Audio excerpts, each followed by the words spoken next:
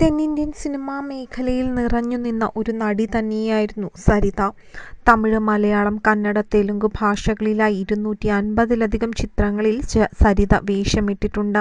Big സ്ക്രീനിൽ നിറഞ്ഞുനിന്ന താരം സെൽവി എന്ന പരമ്പരയിലൂടെയാണ് മിനി സ്ക്രീനിലും കുടുംബ പ്രേക്ഷകർക്ക് പ്രിയങ്കരിയായി മാറുന്നത്. ഡബ്ബിംഗ് ആർട്ടിസ്റ്റായും സരിത പേരെടുത്തിരുന്നു.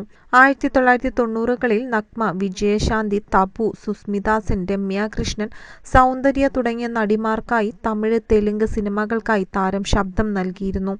കന്നഡ, മലയാളം സിനിമകളിലും താരം ഡബ്ബ് ചെയ്തിട്ടുണ്ട്. തമിഴ്, തെലുങ്ക്, കന്നഡ എന്നിവിടങ്ങളിൽ നിന്നുള്ള നിരവധി സംസ്ഥാന അവാർഡുകൾ, 6 ഫിലിംഫെയർ അവാർഡുകൾ, അർജുൻ എന്ന ചിത്രത്തിന് പ്രത്യേക ജൂറി അവാർഡ് ഉൾപ്പെടെ 6 നന്ദി അവാർഡുകൾ എന്നിവ സരിതയെ തേടിയെത്തി. സരിതയ്ക്ക് 4 തവണ തമിഴ്നാട് സംസ്ഥാന ചലച്ചിത്ര അവാർഡും 1 തവണ കർണാടക സംസ്ഥാന ചലച്ചിത്ര അവാർഡും നിരവധി ചലച്ചിത്ര ആരാധക അസോസിയേഷൻ അവാർഡുകളും ലഭിച്ചിട്ടുണ്ട്. കെ. ബാലചന്ദ്രൻ സംവിധാനം ചെയ്ത തെലുങ്ക് ചിത്രമായ മാരു ചരിത്രയിലൂടെയാണ് സരിത അഭിനയ രംഗത്തേക്ക് പ്രവേശിച്ചത്. ക്രോസ് കൾച്ചറൽ റൊമാൻസ് കൈകാര്യം ചെയ്ത ഈ ചിത്രത്തിൽ കമൽഹാസനൊപ്പം തെലുങ്ക് സംസാരിക്കുന്ന പെൺകുട്ടിയായി സരിത വേഷമിട്ടു. ബാലചന്ദ്രൻ സംവിധാനം ചെയ്ത തമിഴ് ചിത്രങ്ങളിലാണ് സരിതയെ തേടി മികച്ച വേഷങ്ങൾ എത്തിയിട്ടുള്ളത്. പിന്നീട് അതിനുശേഷം കന്നഡയിലും മലയാളത്തിലും ഒക്കെ താരം അഭിനയിച്ചിരുന്നു.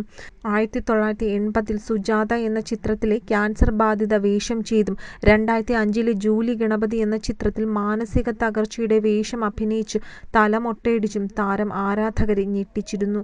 ഇതിനെല്ലാം ശേഷം 16-ാം വയസ്സിലാണ് താരം ആദ്യമായി വിവാഹം കഴിക്കുന്നത്.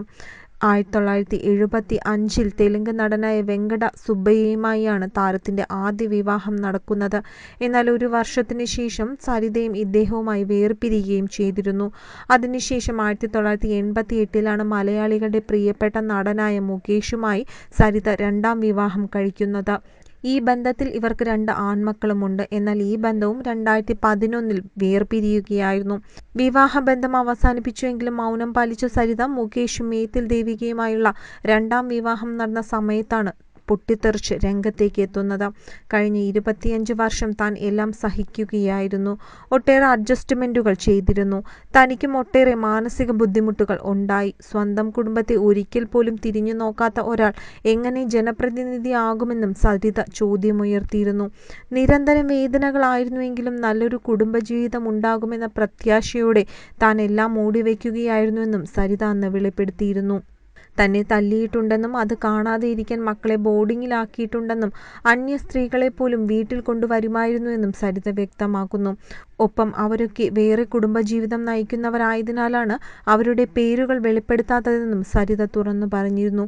തുടർന്ന് 2013-ലാണ് മുകേഷ് മേത്തിൽ ദേവികയെ വിവാഹം കഴിച്ചത്. എന്നാൽ ഈ ബന്ധവും അധികനാൾ നീണ്ടു നിന്നില്ല.